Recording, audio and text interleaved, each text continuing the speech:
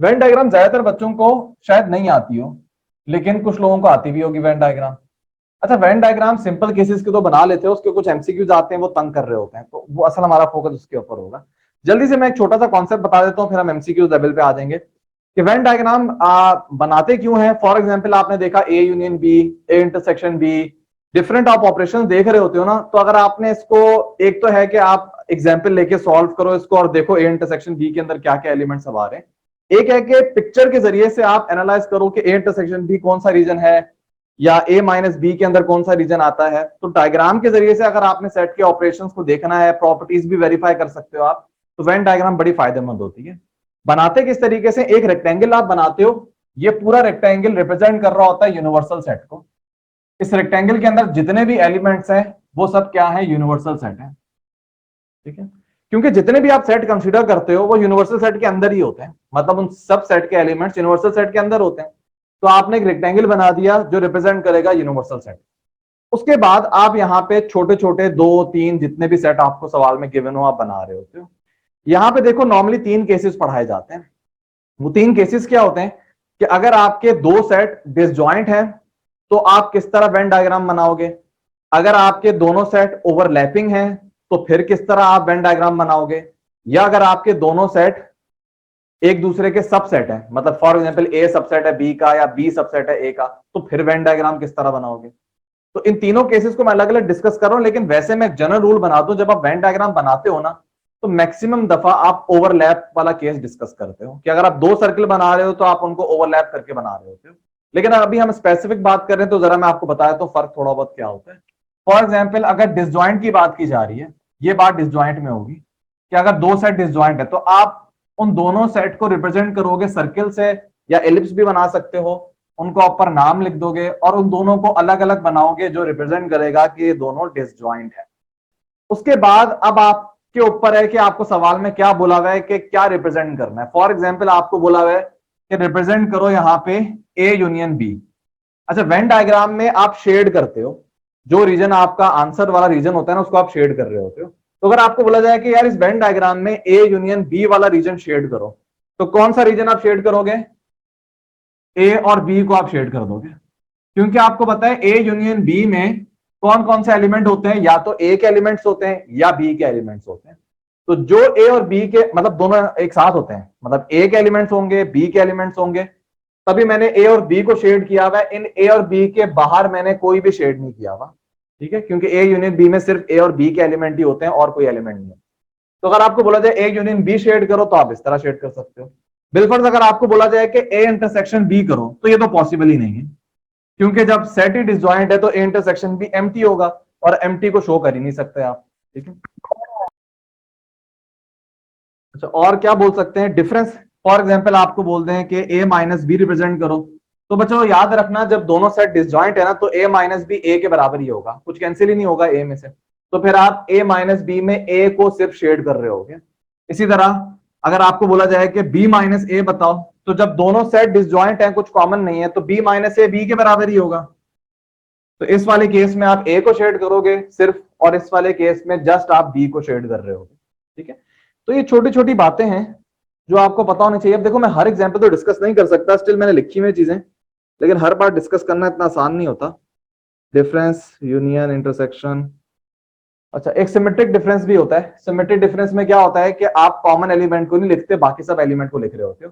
तो अगर सेट आपके डिसजॉइंट हैं तो वो ए यूनियन बी के बराबर ही होगा। जो सिमेट्रिक डिफरेंस है वो बेसिकली ए यूनियन बी के बराबर होगा, क्योंकि जब कुछ कॉमन ही नहीं है, सिमेट्रिक में आप क्या करते हो, कॉमन वाले एलिमेंट को हटा देते हो। तो जब कुछ कॉमन ही नहीं है तो हटाओगे किसको, तो जो ए यूनियन बी है वही ए सिमेट्रिक बी होगा। तो इस वाले केस में ए सिमेट्रिक बी क्या होगा, इन दोनों को आप शेड कर रहे होगे, क्योंकि अगर कुछ कॉमन होता तो आप उसको हटाते वहां से। जैसे आगे टॉपिक चलता रहेगा ना बातें मजीद क्लियर होती जाएंगी। तो डिसजॉइंट के अंदर तो ये आपने देख लिया, कुछ मशहूर ऑपरेशन जो हैं 4-5 वो मैंने बता दिए। कार्टेशियन को तो आप एक्सप्रेस नहीं कर सकते क्योंकि एलिमेंट्स नहीं आते उसके।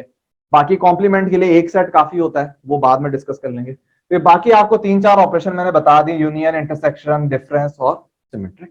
अब अगर बात करो कि आपको बोला जाए कि यार 2 सेट ओवरलैपिंग है, मैक्सिमम केसेस में यही होता है कि 2 सेट आपके ओवरलैपिंग होते हैं। फॉर एग्जाम्पल एक इस तरह बन रहा होता है और एक इस तरह बन रहा होता है, तो देखो थोड़े से रीजन पे ये ओवरलैप कर रहे होते हैं। ठीक है, अब इसमें अगेन आपको ये बात बोली जाए कि यार सबसे पहले आप, ये ओवरलैपिंग का केस है, सबसे पहले बोला जाए ए यूनियन बी, तो वही कॉन्सेप्ट है, ए और बी को आपने शेड करना है, बस ए और बी के बाहर आपको शेड नहीं करोगे। बिलफर्ज आपको बोला जा रहा है कि आप शेड करो ए इंटरसेक्शन बी को, तो ए इंटरसेक्शन बी वाला कौन सा रीजन है? ये वाला, ये वो रीजन है जिसमें दोनों कॉमन है, ये ए इंटरसेक्शन बी वाला रीजन है। हाँ, डिसजॉइंट का मतलब होता है कुछ भी कॉमन नहीं है उनके दरमियान। अच्छा, 3 में अगर आपको बोला जाए कि a माइनस बी शेड करो, ये काफी ट्रिकी होता है, ये इसको जरा ध्यान में रखना। a माइनस बी कोई बता सकता है किस तरह शेड होगा? सर इंटरसेक्शन वाले पार्ट को छोड़ के और बी को छोड़ के बाकी ए पूरा शेड कर देंगे हम। एक्सीलेंट। कि a माइनस बी का मतलब क्या होता है कि सेट a को कंसीडर करोगे, इसका मतलब शेड होगा तो a शेड होगा, b शेड नहीं होगा। सबसे पहली बात, a माइनस बी का मतलब कि रिजल्ट में आपके पास a के एलिमेंट्स ही होंगे, तो b तो शेड नहीं होगा, a आपका शेड होगा। फिर आप मजीद जरा देखो कि a माइनस बी का मतलब आप a में से जो b के एलिमेंट है उनको निकाल रहे हो, b के एलिमेंट का मतलब कॉमन एलिमेंट्स निकाल रहे हो ना। मतलब फॉर एग्जांपल a है 1 2, b है 2 3, तो आप क्या करते हो, ये जो b का एलिमेंट 2 है वो यहां पे भी मौजूद है, आप उसको निकाल देते हो। इसका मतलब जो रिजल्ट आता है उसमें आपको सिर्फ a के एलिमेंट्स मिलते हैं, और जो कॉमन एलिमेंट्स थे वो आपने निकाल दिए थे, तो रिजल्ट में सिर्फ आपको a का एलिमेंट मिलेगा। तो कहने का मतलब जो ब्लू से मैं शेड कर रहा हूं ना, ये रिप्रेजेंट करेगा a माइनस बी, बस b वाला हिस्सा भी नहीं आएगा और जो कॉमन वाला हिस्सा था ये भी नहीं आएगा, क्योंकि वो ऑलरेडी आप उसमें से निकाल दोगे। ये डायग्राम बनती है a माइनस बी। और अगर आपको बोला जाए b माइनस ए की बनाओ, तो अगेन बड़ा इजी है, ये वाला हिस्सा आएगा, इसको मैं थोड़ा वर्टिकल लाइन बना दूं, ये वाला हिस्सा, जस्ट बी वाला हिस्सा और बी से इंटरसेक्शन वाला भी आप हटा दो, ये जो वर्टिकल लाइन वाला थोड़ा हिस्सा है ना, ये बी माइनस ए होगा। ठीक है। और अगर मैं आपको बोलूं कि यहाँ पे सिमेट्रिक मुझे बताओ, तो सिमेट्रिक में क्या होगा, आपने ये इंटरसेक्शन वाले रीजन को हटा के सब शेड कर देना, ये वाला हिस्सा आप शेड कर दोगे, ये वाला हिस्सा शेड कर दोगे, इंटरसेक्शन वाला हिस्सा जो है ये आप शेड नहीं करते। तो एक इस तरह बना सकते हैं हम कि इंटरसेक्शन वाले रीजन को शेड नहीं करना। बस ये डायग्राम है आपकी एसिमेट्रिक बी की, कि आपने इंटरसेक्शन वाले को हटा दिया। सही है, तो इसके केस भी आपने देख लिया। और अब आखिरी केस है कि अगर आपके पास कोई सबसेट वाला केस आ जाए, अब जरा इसको देख लो, सबसेट वाला केस यहां पे हम कौन सा डिस्कस कर रहे हैं कि A is a subset of B। तो जब A सबसेट होगा B का, तो इसका मतलब A B के अंदर बनेगा। तो अगर ये B है तो इसके अंदर A बन रहा होगा। ठीक है, अब जरा देखते हैं क्या होगा इसके अंदर। सबसे पहली चीज A यूनियन B, भाई यहां पे याद रखना जब A सबसेट है B का, इसका मतलब A के सारे एलिमेंट B के अंदर ऑलरेडी मौजूद होंगे, प्लस B के अंदर कुछ एक्स्ट्रा शायद मौजूद हो सकते हैं।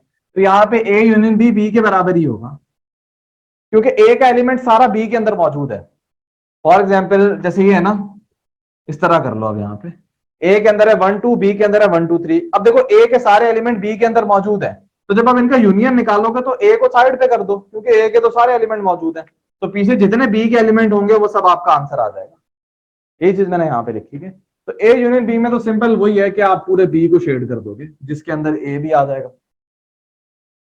दूसरे में लिखा हुआ है A intersection B। A intersection B में क्या होगा भाई, देखो जब A सबसेट होता है ना B का, तो A इंटरसेक्शन B क्या होगा? ए। ये कौन स्टूडेंट है माशाल्लाह, अलिश भाई जवाब देती है, बाकी कोई दे नहीं रहा जवाब।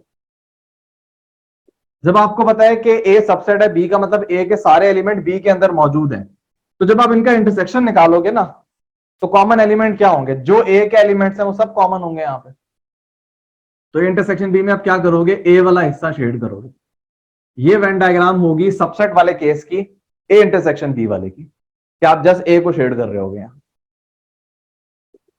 तीसरा होगा A माइनस बी, और B माइनस ए भी साथ ही डिस्कस कर लेंगे।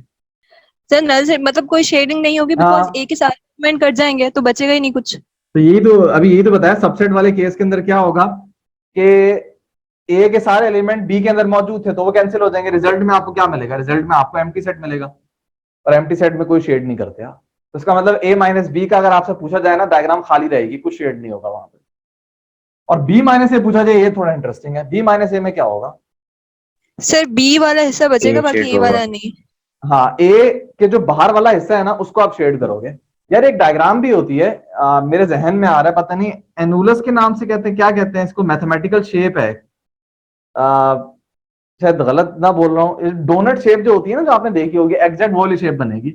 डोनट शेप ये होती है ना कि यहाँ पे सारी सॉलिड होती है, ये दरमियान में हॉलो होती है, ये डोनट शेप है। तो एग्जैक्ट यही काम होगा यहाँ पे कि बी माइनस ए का मतलब बी में से ए हटा दो, ये पूरा बी है, इसमें से ए को अगर हटा दो तो पीछे कौन सा वाला रीजन बचेगा, ये वाला। ठीक है, तो ये डायग्राम बनेगी आपकी अगर आपसे कोई बोला जाए कि बी माइनस ए रिप्रेजेंट करो सबसेट वाले केस के अंदर, इस तरह बनाओगे। और अब बात करते हैं एसिमेट्रिक बी की। हाँ भाई, एसिमेट्रिक बी की डायग्राम कैसे बनेगी? एग्जैक्ट ये डायग्राम बनेगी। सर बी वाले जो होंगे ना वो शेडेड होंगे ए को छोड़ के। अब वही एग्जैक्ट यही डायग्राम बनेगी जो बी माइनस ए की, क्योंकि एसिमेट्रिक में आप क्या करते हो, कॉमन वाले माइनस करते हो। ये ए पूरा कॉमन है ना, तो अगेन इस ए को आप माइनस कर दो, जो कॉमन होता है उसको माइनस करते हो, तो सबको आप माइनस कर दोगे, पीछे क्या बचेगा, ये वाला पूरा रीजन जो है इसको आप शेड करो। ये बहुत बेसिक है वेन डायग्राम की, लेकिन मुझे पता है कितने अच्छे स्टूडेंट हैं वो भी स्ट्रगल कर रहे हैं इसके अंदर, तो बेहतर है कॉन्सेप्ट क्लियर कर लो, आगे जाके कब क्लियर करोगे इसको। ये बेसिक बात तो आपको आनी चाहिए, उसके बाद आपने एडवांस लेवल के सॉल्व करना है। एडवांस तो आई ही नहीं है अभी, बेसिक ही क्लियर हो रही है अभी तक। तो ये वेन डायग्राम के 3 केसेस हैं जो मैंने आपको बताए। अब एक इसमें वो क्या कहते हैं, अगर आप कॉम्प्लीमेंट को कर रहे हैं तो उसको भी जरा देख लो। फॉर एग्जाम्पल, आपके पास एक सेट है, आपने डायग्राम में बनाना है, ये यूनिवर्सल है और एक सेट ए है। ठीक है, तो आपने ए कॉम्प्लीमेंट की डायग्राम बनानी है। तो ए कॉम्प्लीमेंट आप लोगों को पता है यूनिवर्सल माइनस ए। तो वही बात है कि यूनिवर्सल में से, हाँ सर्किल के अलावा, जैसे यहां पे आपने देखा था ये बी के अंदर ए था ना, तो आपने बी माइनस ए को कैसे किया था कि ए को छोड़ के बी को शेड कर दो। वही चीज है कि यू के अंदर ए मौजूद है, तो यू माइनस ए का मतलब ए को हटा के बाकी सब शेड कर दो, ये वाला हिस्सा, ये सब ए कॉम्प्लीमेंट को रिप्रेजेंट करेगा। अच्छा, सबसे पहली टाइप ये वाली है, इसको आपने वेन डायग्राम में शो करना है। अगर 3 सेट है ना, तो 3 सेट को देखो। अब मैं आप लोगों को पहली मैंने बात बताई है, ज्यादातर ओवरलैपिंग का केस होता है। अच्छा, यहाँ पे जो हम एग्जाम्पल ले रहे हैं ना, वो कोई फिक्स एग्जाम्पल नहीं है। ये मैंने ए बी सी आपको बताया नहीं है, इसके अंदर एलिमेंट्स क्या है, क्या ये ओवरलैपिंग है, क्या ये डिसजॉइंट है, क्या कोई एक दूसरे का सबसेट है, कुछ डिस्कस नहीं किया जा रहा। इसको आप इस तरह समझ लो, आर्बिट्री मैंने आपका सेट बोला था, ए बी सी को रैंडम सेट है। एक होता है कि स्पेसिफिक एग्जांपल दे दी जाए कि ए के अंदर ये एलिमेंट है और उससे आपने डायग्राम बनानी है। नॉर्मली वो केस कम ही आते हैं, इसी टाइप के केस एमसीक्यूज में आ रहे होते हैं कि आपको रैंडम बस 2-3 सेट के बारे में बता देंगे और बोलेंगे एमसीक्यूज में कि बताओ इसकी कौन सी वेन डायग्राम बनेगी। तो याद रखो, जब रैंडम सेट गिवन है तो हमारी हैबिट क्या होती है, हम ओवरलैपिंग बना रहे होते हैं। ठीक है, तो अगर 3 सेट है तो आप इस तरह कोशिश करो, 3 सेट को इस तरह भी आप बना सकते हो, लेकिन मजा नहीं आएगा इसमें। उसकी वजह यह है कि इस डायग्राम में गलती क्या है सर, अगर ए बी सी अगर यूनियन हो गया फिर थोड़ा से, या फिर इंटरसेक्शन हो गया, फिर कॉमन पार्ट हम शेड नहीं कर पाएंगे ना। नहीं, इस सवाल जवाब को थोड़ा स्पेसिफिक करो। यूनियन में तो शेड कर लोगे आसानी से, सर इंटरसेक्शन में नहीं कर पाएंगे ना हम। किसका इंटरसेक्शन? फर्स्ट और लास्ट वाले का। हाँ, ये भी बिल्कुल सही अच्छा जवाब है। और दूसरा जवाब ये भी है कि यार तीनों का एक साथ भी तो नहीं है ना यहाँ पे। अगर फॉर एग्जाम्पल तीनों के अंदर कुछ कॉमन एलिमेंट है तो कैसे रिप्रेजेंट करोगे? इसी तरीके से अगर ए और सी के अंदर कुछ कॉमन है तो कैसे रिप्रेजेंट करोगे? तो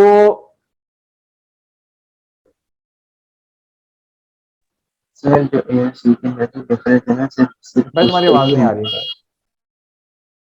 तो बेस्ट तरीका इसका क्या होता है कि बेहतर है आप इस तरह करने से, बेहतर है आप इस तरह कर लो कि अगर कुछ नहीं भी कॉमन तो आप ना लिखना उस जगह पे। फॉर एग्जाम्पल, ये जो रीजन है इसमें तीनों कॉमन है, अगर आप देखो तीनों सर्कल इस रीजन से पास कर रहे हैं, तो बिलफर्स किसी स्पेसिफिक एग्जाम्पल में कोई 3 सेट है जिनके दरमियान, तीनों सेट के दरमियान कोई एक एलिमेंट कॉमन नहीं है, तो आप इस जगह पे कुछ ना लिखना, लेकिन एहतियातन बना तो दो ना कि अगर ओवरलैपिंग हुए, कुछ कॉमन हुआ तीनों के दरमियान, तो आप यहाँ पे लिख दोगे। इस तरह बनाओगे तो आपने अपना रास्ता, दरवाजा खुद ही बंद कर दिया। ठीक है, तो हम इसी तरह डायग्राम प्रेफर कर रहे होते हैं। तो 3 सर्किल आपने बनाने, ये ए हो गया, ये बी हो गया, ये सी हो गया।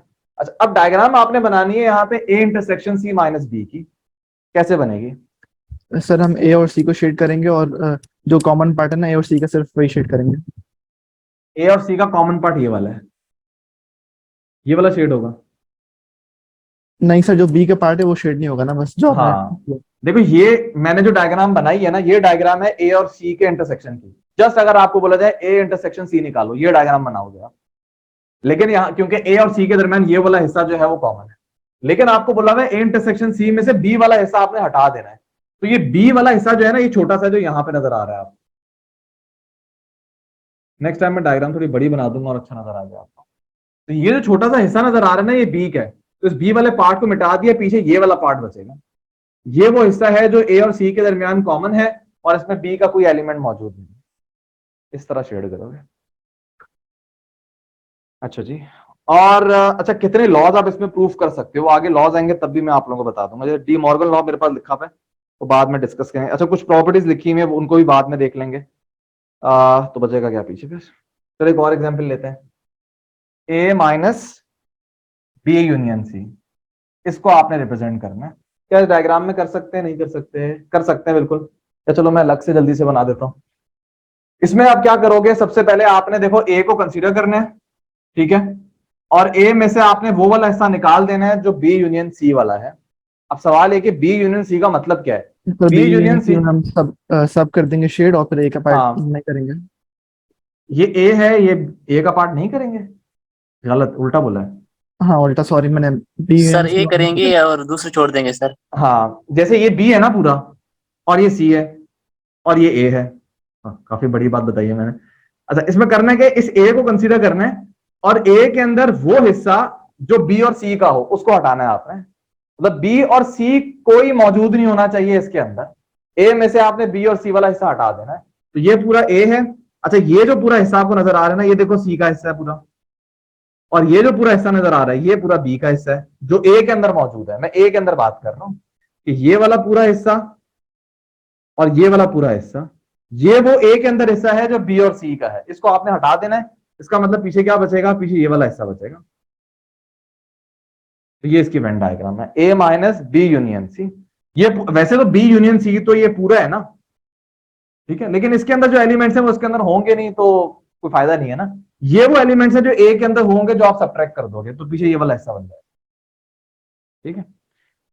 अच्छा, अब मैं कुछ अपनी तरफ से करवा देता हूँ, एक दो अपनी तरफ से क्या बनाऊं मैं। चलो एक और है, डी मॉर्गन लॉ वाली एग्जांपल देखते हैं, फिर मैं और किस्म के आपको एमसीक्यूज करवाता हूँ। ए इंटरसेक्शन बी कॉम्प्लीमेंट, ये आपने रिप्रेजेंट करना है। अब जरा देखते हैं कैसे करेंगे।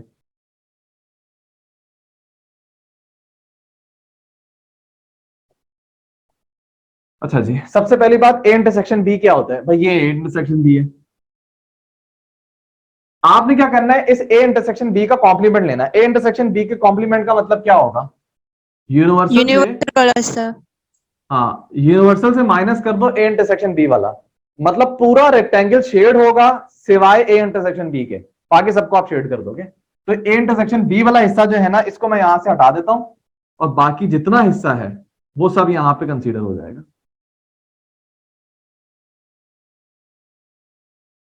ये ए इंटरसेक्शन बी वाला हिस्सा आपने नहीं कंसीडर करना। ये इसकी वेन डायग्राम है कि ए इंटरसेक्शन बी वाला शेड नहीं है, बाकी सब आपने शेड किया हुआ है, ठीक है। तो ये किस्म के थोड़े एमसीक्यूज आ जाते हैं। अच्छा, उल्टे एमसीक्यूज भी आते हैं, उसकी एग्जांपल मेरे पास है कोई, इस वाली तो नहीं है एग्जांपल, लेकिन आप लोग उल्टे का कहने का मतलब मेरा ये है कि आपको डायग्राम दे देंगे और बताएंगे किसकी है। फॉर एग्जांपल आपको डायग्राम दे देंगे, ठीक है, अब बोलेंगे बताओ ये किस ऑपरेशन की डायग्राम है, क्या कौन सा सेट में ऐसे ऑपरेशन आपने परफॉर्म किया जिसकी ये वेन डायग्राम है। तो ऑप्शंस में आपको इस टाइप के ऑप्शन नजर आ रहे होंगे, जिसमें से कोई एक ऑप्शन जो है वो आपको ये नजर आएगा, तो आप इसको ठीक कर दोगे, ठीक है। तो या तो आपको एक सेट का ऑपरेशन पूरा दे देंगे और उससे आप वेन डायग्राम को चूज करोगे, या एक वेन डायग्राम दे देंगे उससे आप ऑपरेशन जो है सेट का वो चूज कर लोगे। ये दो किस्म के एमसीक्यूज आएंगे, इसी में कवर हो गए। बाकी मजीद जब आप सॉल्व करोगे तो बातें क्लियर होंगी। इतना सॉल्व करने की जरूरत नहीं, कॉन्सेप्ट क्लियर होना चाहिए, काफी बातें आपको समझ आ जाएंगी इसके अंदर। अब जो एग्जाम्पल मैं यहाँ पे डिस्कस करना चाह रहा हूँ ना, नहीं, एक मुश्किल वाली एग्जाम्पल मेरे जहन में आ रही है, एक सेकंड उसको भी जरा करवाते हैं। A complement minus B complement. अच्छा, इसका बड़ा आसान है, ये सिंपल बराबर होता है, अभी नहीं मैं बता रहा, ये बड़ा आसान एक चीज के बराबर होता है। अगर वो चीज आ जाए तो वो सब बता सकते हैं, लेकिन अगर मैं ये दूंगा तो ये मैक्सिमम बच्चा नहीं बता पाएगा कौन सा वाला ऐसा शेड करना। थोड़ा सोचो इसके ऊपर, इतनी देर में कुछ और बनाता हूं, मुझे बस आंसर ये बताना कि सर कौन सा वाला ऐसा शेड करना है, बस। सर बी माइनस है। एक्सीलेंट भाई, बी माइनस होगा। बी के नहीं सर, ये बी माइनस है, सही बताया इसने। ये तुमने कहीं से देखा है या डायग्राम से वेरीफाई किया है? सर मैंने अलजेब्रिकली सॉल्व किया। अलजेब्रिकली कर लिया ना, यही तो मसला है, डायग्राम से देखना था। लेकिन चलो अलजेब्रिकली भी सॉल्व कर लिया, आंसर तो आ ही जाएगा। ये बेसिकली डायग्राम बनेगी बी माइनस ए की। अब बी माइनस ए बड़ा इजी होता है कि बी का ये वाला हिस्सा शेड करना है बस आपने। लेकिन असल चीज है कि अगर बी माइनस ए छोड़ो, किसी बच्चे को ना पता हो कि किसके बराबर है, आपने जस्ट इसकी डायग्राम बनानी है, तो इसके लिए आपको 2 अदद पेन चाहिए ताकि आपको फर्क नजर आए क्या बन रहा है पूरा। सबसे पहले आप ए कॉम्प्लीमेंट शेड करो। ए कॉम्प्लीमेंट क्या होगा, ए को हटा के बाकी सब आपने शेड करना है। ये पूरा ए है, इसको आपने हटा देना है, बाकी जितना भी बचा उसको शेड कर दो।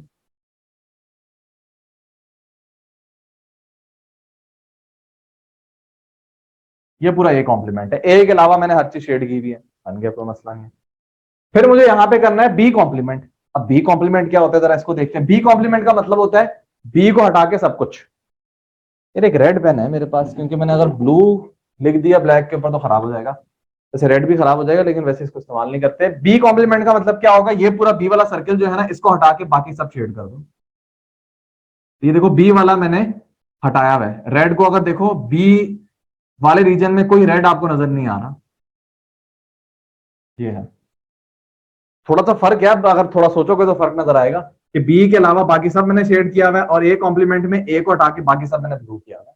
ये आपने अलग अलग दोनों चीजें मालूम की है। असल चीज क्या है कि ए कॉम्प्लीमेंट में से बी कॉम्प्लीमेंट को माइनस करना है। कैसे करोगे, ए कॉम्प्लीमेंट मतलब ब्लैक, बी कॉम्प्लीमेंट मतलब रेड। ब्लैक में से ब्लैक को आपने कंसीडर करना है, ये पूरा ब्लैक वाला जो भी रीजन है ब्लैक को कंसीडर करना है, उसमें से आपने रेड वाला पार्ट माइनस करना है। मतलब सिंपल लैंग्वेज में जो कॉमन वाला पार्ट है ना, मतलब ब्लैक के ऊपर जहां पे रेड आया हुआ है उस वाले हिस्से को आप मिटा दोगे। जैसे ये पूरा ब्लैक है, अब आप ऐसा रीजन ढूंढो जिसमें ब्लैक के ऊपर रेड आया हुआ है। सबसे पहले बाहर वाला रीजन, बाहर वाले रीजन में देखो ब्लैक के ऊपर रेड आया हुआ है, आप सबसे पहले तो इसको हटाओ, अंदर को बाद में देख लेंगे। ए और बी के बाहर जितना हिस्सा है इसको आपको मिटाना पड़ेगा, क्योंकि इन सब में ये ब्लैक का मतलब ए कॉम्प्लीमेंट है और रेड का मतलब बी कॉम्प्लीमेंट। मतलब ए के ऊपर जहां पे बी आया है उसको आपने हटाना है, तो ये बाहर वाला रीजन तो सबसे पहले आप हटा दोगे, ठीक है। उसके बाद अगर आप यहां पे देखो, जो रेड वाला था वो तो वैसे ही हटेगा। ये वो रीजन है कि जिसमें ब्लैक मौजूद ही नहीं था, तो जो हिस्सा मौजूद ही नहीं था उसको तो वैसे भी आप कंसीडर नहीं करोगे, क्योंकि डिफरेंस के अंदर आप क्या करते हो, पहला सेट कंसीडर करते हो। मतलब जो भी एलिमेंट्स होंगे वो पहले एलिमेंट के होंगे। तो ये वाला हिस्सा जो है ना, इसमें तो ए कॉम्प्लीमेंट है ही नहीं, मतलब ब्लैक वाला हिस्सा ही नहीं है, इसको तो वैसे भी आप मिटा दोगे। आपको बस वो वाला हिस्सा चाहिए जो सिर्फ ब्लैक हो, ना उसके ऊपर रेड हो और ना सिर्फ रेड हो। मतलब 3 हिस्से है ना, एक ब्लैक वाला है, एक ब्लैक और रेड वाला, और एक रेड वाला है। तो आपको जस्ट ब्लैक वाला चाहिए, ब्लैक एंड रेड भी नहीं चाहिए, कॉमन एलिमेंट वाला है, और खाली रेड भी नहीं चाहिए कि जो इसके एलिमेंट्स होंगे। तो जब आप ये पूरा कर लोगे ना, तो रिजल्ट अगर आप देखो तो आपके पास ये वाला हिस्सा बच जाएगा, जस्ट ये। तो अगर ऑब्जर्व करो, ये हिस्सा किसका होता है, ये हिस्सा बी माइनस ए का होता है। तो इतनी लंबी जो सर आपने इसके की है लिए ना, टिक रूल यूज कर सकते हैं सर? कौन सा रूल? टिक रूल सर होता है जो। भाई होता होगा, मुझे नहीं पता। टिक रूल व्हाट्सएप पे डिस्कस कर लेना क्या होता है टिक रूल। ओके तो सर। ब्लैक जो है ना वो आपका बच जाएगा। अब ये उस वक्त आप इतनी मेहनत करोगे अगर आपको पता ना हो ये किसके बराबर है। अगर आपको पता है फिर तो बहुत आसान है, बी माइनस ए को डायरेक्ट ड्रॉ कर दो, ठीक है। अलजेब्रिकली भी सॉल्व कर सकते हो इसको। अलजेब्रिकली सॉल्व करने का तरीका क्या होगा, ए कॉम्प्लीमेंट क्या होता है, यू माइनस ए होता है, ठीक है। यू माइनस ए में आप क्या करते हो, ए वाला हिस्सा आप हटा देते हो, ठीक है। मतलब यूनिवर्सल में से वो एलिमेंट बचते हैं जो ए वाले नहीं होते, ए के अलावा बाकी एलिमेंट मौजूद होते हैं। और यू माइनस बी में क्या होगा, बी वाले एलिमेंट माइनस हो जाएंगे, जो पीछे बचेगा वो यू वाला बच रहा होगा। तो अगर आप इन दोनों को आपस में माइनस करोगे ना, तो होगा क्या कि आपके पास यहाँ पे वो एलिमेंट्स होंगे। मतलब अगर आप इसको ब्रेक डाउन करो ना, यू माइनस ए के अंदर कौन कौन से एलिमेंट होंगे, या तो बी के एलिमेंट होंगे, ठीक है, या यूनिवर्सल के एलिमेंट होंगे, क्योंकि बाहर यूनिवर्सल भी तो होता है ना। तो या तो बी के एलिमेंट होगा, यूनिवर्सल के होंगे, क्योंकि ए तो आपने वैसे ही हटा दिया। इधर क्या होगा, या तो यूनिवर्सल के होंगे या आपके ए के होंगे। तो जब आप इसको इससे माइनस करोगे तो यूनिवर्सल वाले तो वैसे ही हट जाएंगे, पीछे क्या बचेगा, बी माइनस ए। तो अलजेब्रिकली भी आप इस बात को समझ सकते हो, डायग्राम से भी समझ सकते हो। खैर आंसर आपके पास आ जाएगा। टाइम जाया के बगैर अब इसके ऊपर आ जाओ। अब ये आखिरी एग्जांपल है वेन डायग्राम की। इसमें क्या है कि आपको उन्होंने ना कुछ एलिमेंट्स दे दिए हैं, और बाहर भी मैं कुछ दे देता हूँ। यहाँ पे कॉम्प्लीमेंट का केस है ना कोई, फॉर एग्जाम्पल 14 कर देते हैं इसको, कि भाई 3 सेट है। अभी किसी चीज को भी रिप्रेजेंट कर सकते हैं, number of student in any class. A के अंदर टोटल कितने स्टूडेंट हैं, 1 2 4 5, 12 स्टूडेंट हैं। बी के अंदर कितने स्टूडेंट हैं, 9 2 4 6। सी के अंदर कितने हैं, 5 4 6 8।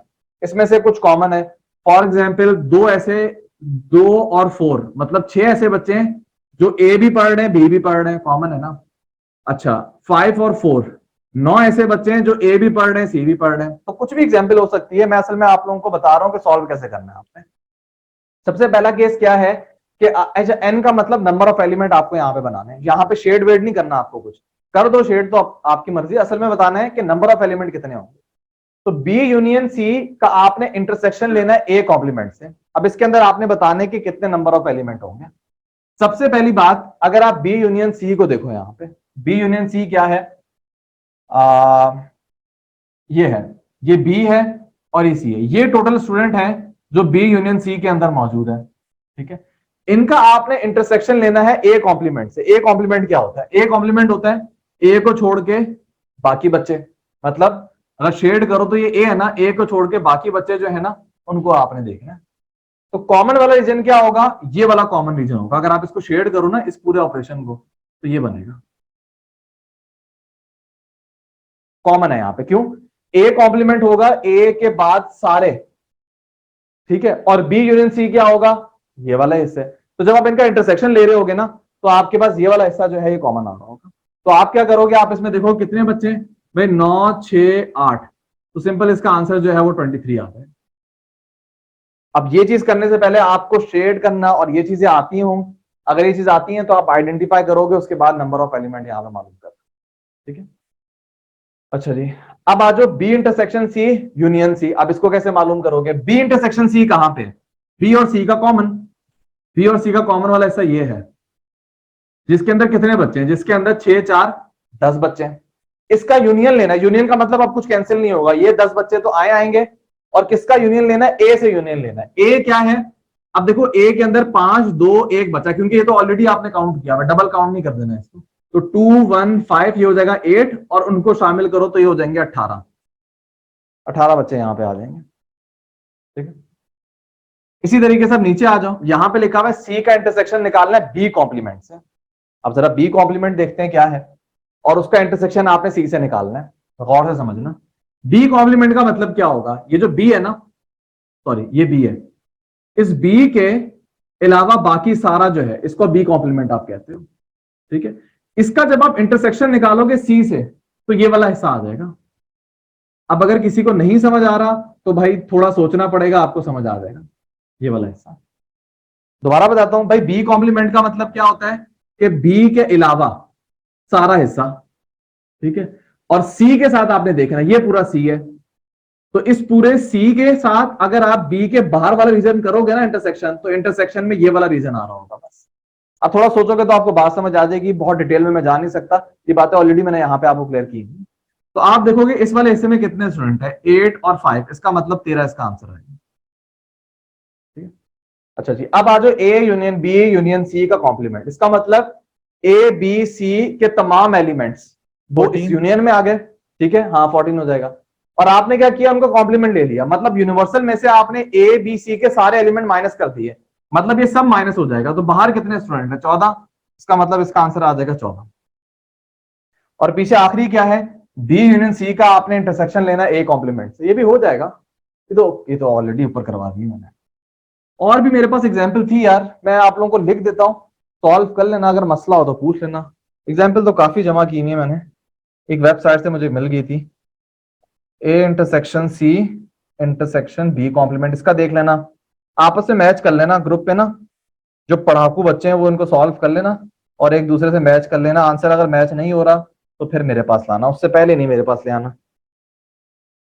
अच्छा जी, एक है number of element of A union B intersection A intersection B का कॉम्प्लीमेंट। तो इस तरह जरा कर लेना, समझ आ जाएगी आपको। कुछ रिजल्ट्स हैं कार्डिनैलिटी के ऊपर, ये एमसीक्यूज के काफी फेवरेट है। सबसे पहला केस है डिसजॉइंट वाला, मैंने डिसजॉइंट का नाम भी लिख दिया, डिसजॉइंट की कंडीशन भी लिख दी है। अगर कोई आपको बोला जाए कि दो सेट जो है वो डिसजॉइंट है, और आपसे बोला जाए कि आप यहाँ पे मालूम करो सबसे पहले ए यूनियन बी के अंदर कितने नंबर ऑफ एलिमेंट होंगे, तो फॉर्मूला क्या होगा? देखो, जब ए और बी दो सेट डिसजॉइंट है, अलग अलग हैं, और आपसे पूछा जाए कि ए यूनियन बी के अंदर कितने एलिमेंट्स होंगे, तो बहुत सिंपल सा फॉर्मूला है, number of element in A plus number of element in B.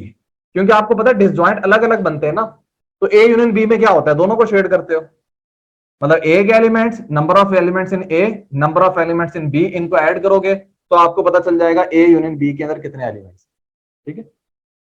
Disjoint के अंदर, इंटरसेक्शन के अंदर 0 एलिमेंट होते हैं, कुछ कॉमन ही नहीं आता इनके दरमियान, तो इंटरसेक्शन इसका क्या हो जाएगा, 0 के बराबर हो जाएगा। और क्या आ सकता है, हाँ अगर आपको बोले कि a माइनस बी के अंदर कितने एलिमेंट होंगे, जल्दी से बताओ a माइनस बी के अंदर कितने एलिमेंट्स होंगे। ओनली ए।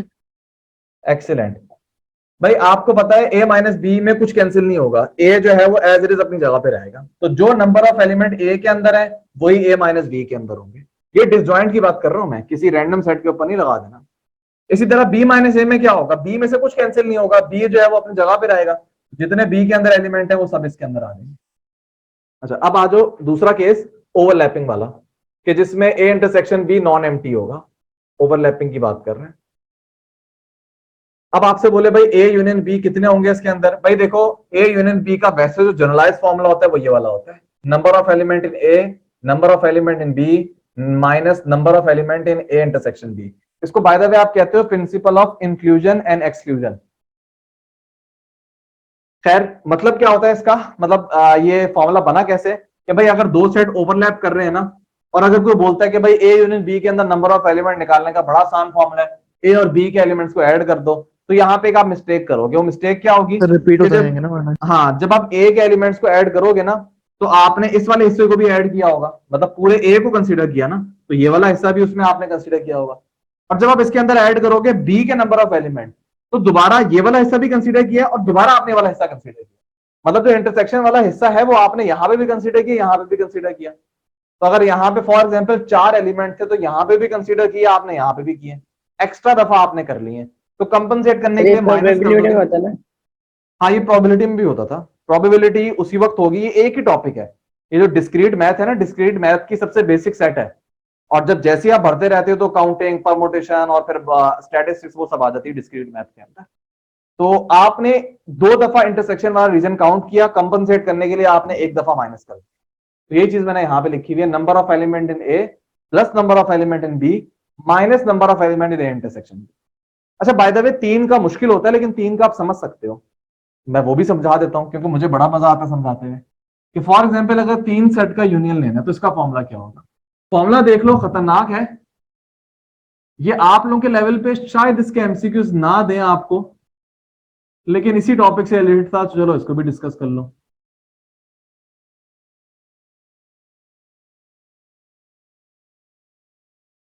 कि 3 सेट का यूनियन का फॉर्मूला बड़ा मुश्किल होता है, अगर तो तीनों डिसजॉइंट है ना फिर तो बड़ा आसान है कि तीनों के नंबर ऑफ एलिमेंट को ऐड कर दो, लेकिन ज्यादातर ओवरलैपिंग आते हैं, तो आप पहले तीनों के एलिमेंट्स को ऐड करोगे, फिर तीनों के जो इंटरसेक्शन के एलिमेंट थे, मतलब ए और बी का इंटरसेक्शन, ए और सी का, बी और सी का, इनको माइनस करोगे और फिर ऐड कर दोगे A intersection B intersection C को। अब इसकी लॉजिक क्यों ऐसा कर रहे हैं, बहुत जल्दी समझ आ जाएगी क्योंकि मैं समझा रहा हूं। कैसे समझोगे, फॉर एग्जाम्पल आप पहली चीज में क्या कर रहे हो, ए के एलिमेंट्स काउंट कर रहे हो, इसको मैं 3 हिस्सों में डिवाइड करता हूं, 4 हिस्सों में, एक ये वाला हिस्सा, एक ये वाला, एक ये वाला, एक ये वाला। तो जब आप ए को काउंट करोगे पूरा, तो इसका मतलब आपने इस हिस्से को, ये वाला हिस्सा जो है, इसको 1 दफा काउंट किया, इसको भी 1 दफा, इसको भी 1 दफा, इसको भी 1 दफा। जब आप ए के नंबर ऑफ एलिमेंट को काउंट करोगे तो इन चारों हिस्सों को आपने 1-1 दफा भी काउंट किया। जब आप इसके अंदर ऐड कर रहे हो बी का हिस्सा, तो बी के हिस्से का क्या मतलब, इस वाले पूरे हिस्से को आपने 1 दफा काउंट किया। अच्छा दोबारा आप इस वाले हिस्से को काउंट करोगे क्योंकि ये बी के अंदर आ रहा है, तो उसका मतलब इस वाले हिस्से को आपने 2 दफा कर लिया, अगेन इस वाले हिस्से को 2 दफा कर लिया क्योंकि बी के अंदर था, और ये वाला हिस्सा काउंट नहीं हुआ, ये अपनी जगह पे रहा। फिर आप सी की बात करो, ये जो आपने नंबर ऑफ एलिमेंट सी किए ना, ये वाला पूरा हिस्सा है, आपने एक और पार्ट लिखा है, ठीक है सही। अगर आप सी को ऐड करोगे ना, तो उसका मतलब ये वाला हिस्सा जो है, ये तो 1 ही दफा काउंट हुआ, लेकिन ये 1 दफा काउंट हो चुका था बी के अंदर, आपने इसको सी के अंदर दोबारा काउंट कर लिया, इसका मतलब है 2 दफा काउंट हुआ।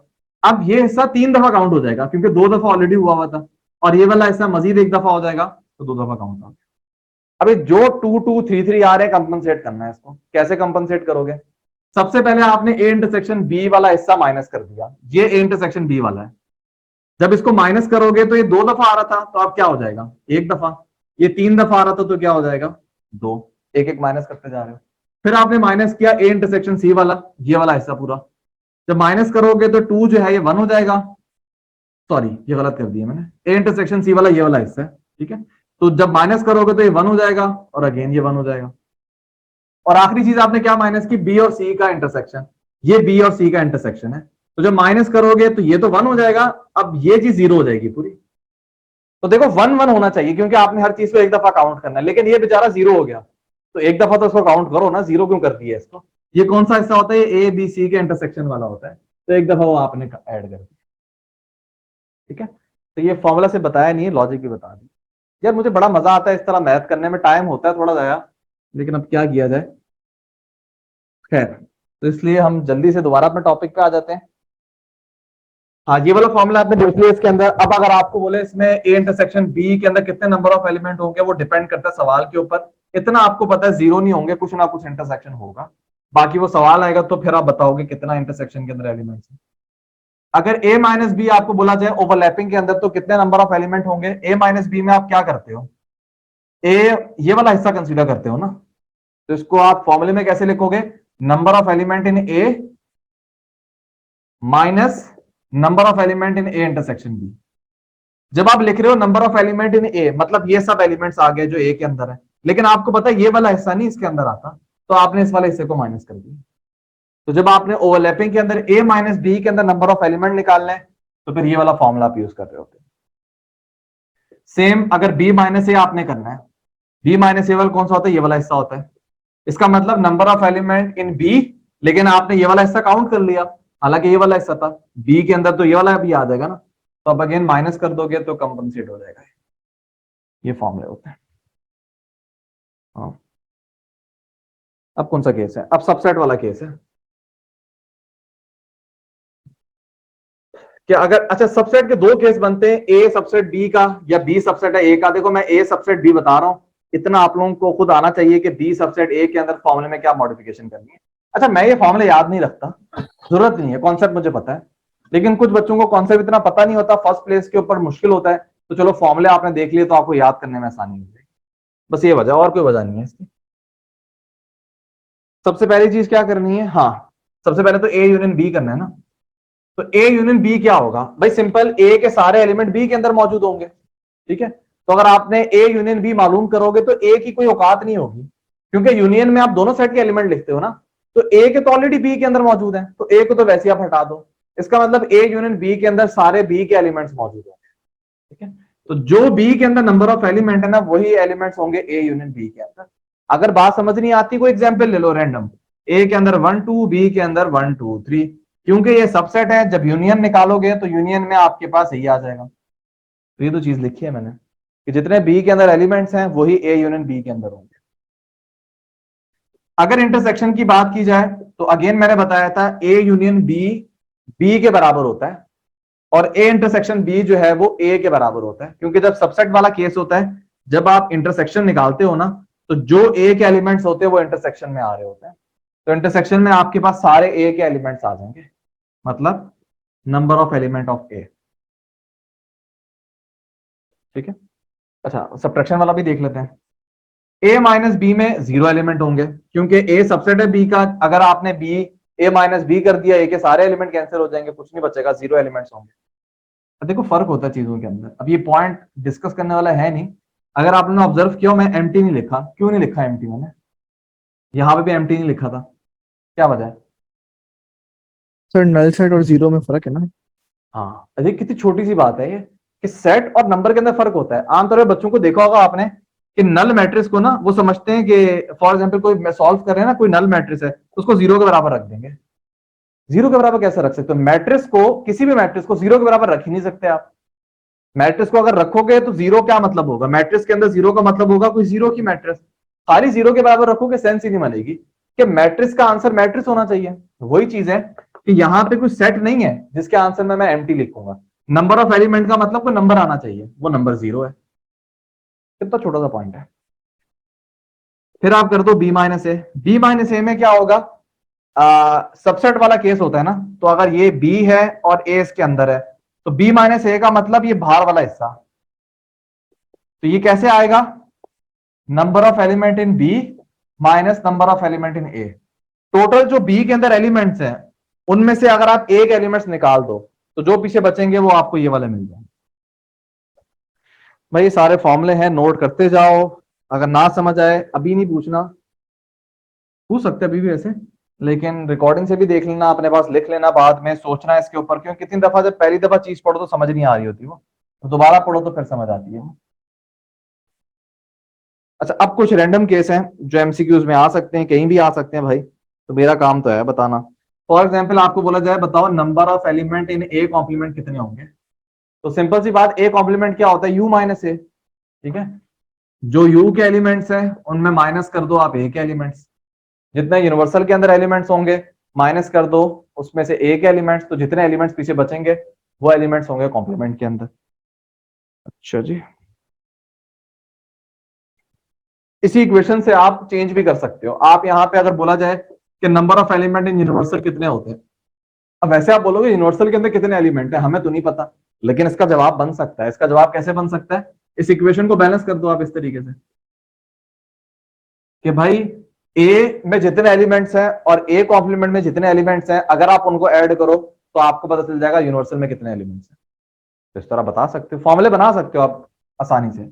इसी तरह बोला जाए नंबर ऑफ एलिमेंट इन ए बताओ, अब आप बोलोगे भाई ए गिवन नहीं है सवाल में, तो नंबर ऑफ एलिमेंट कैसे बताऊं, ऑप्शन देखोगे तो समझ आ जाएगा कि वो आपसे पूछना क्या चाह रहे हैं। तो आपसे नंबर नहीं पूछना चाह रहे कि 4 एलिमेंट है 5 एलिमेंट है, वो रिजल्ट में आपसे कुछ सेट या ऐसी लैंग्वेज में पूछना चाह रहे हैं।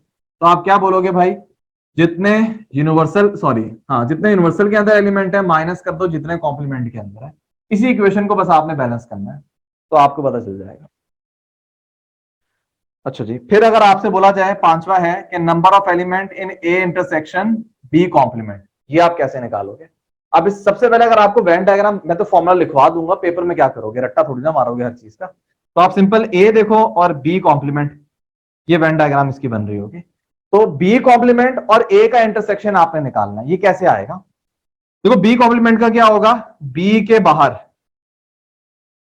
ये बी कॉम्प्लीमेंट है, बी के बाहर इसका इंटरसेक्शन निकालना है ए से। ए वाला कौन सा हिस्सा है, ये ए का पूरा हिस्सा है, इसका मतलब ये वो पूरा हिस्सा है जो आपसे डिमांड करना चाह रहे हैं, ये वाला पूरा हिस्सा। तो ए इंटरसेक्शन बी कॉम्प्लीमेंट में ये वाला हिस्सा शेड होगा जब आप इंटरसेक्शन इनका निकाल रहे हो। और ये आपको पता है ये हिस्सा क्या है, ये हिस्सा है number of element in A minus intersection के एलिमेंट को हटा दो। सिंपल ए माइनस बी का केस है ये। अभी मैं आप लोगों को थ्योरम लिखवाऊंगा, उसमें मैं आपको बताऊंगा ए माइनस बी का एक फॉर्मूला है, ए बराबर है ए इंटरसेक्शन बी कॉम्प्लीमेंट के, इसी तरह ये बराबर है B complement minus A complement के। एक तीसरा केस भी है, तो सेट आपस में बराबर होते हैं, ए माइनस बी इसके बराबर भी है इसके बराबर भी है। तो जब आप वेन डायग्राम बनाओगे तो तब आपको चीजें क्लियर होंगी कि यार ये तो आपस में बराबर चल रहे हैं सारे के सारे। तो सिंपल फॉर्मूला क्या होगा, ए से माइनस कर दो इंटरसेक्शन वाले एलिमेंट्स,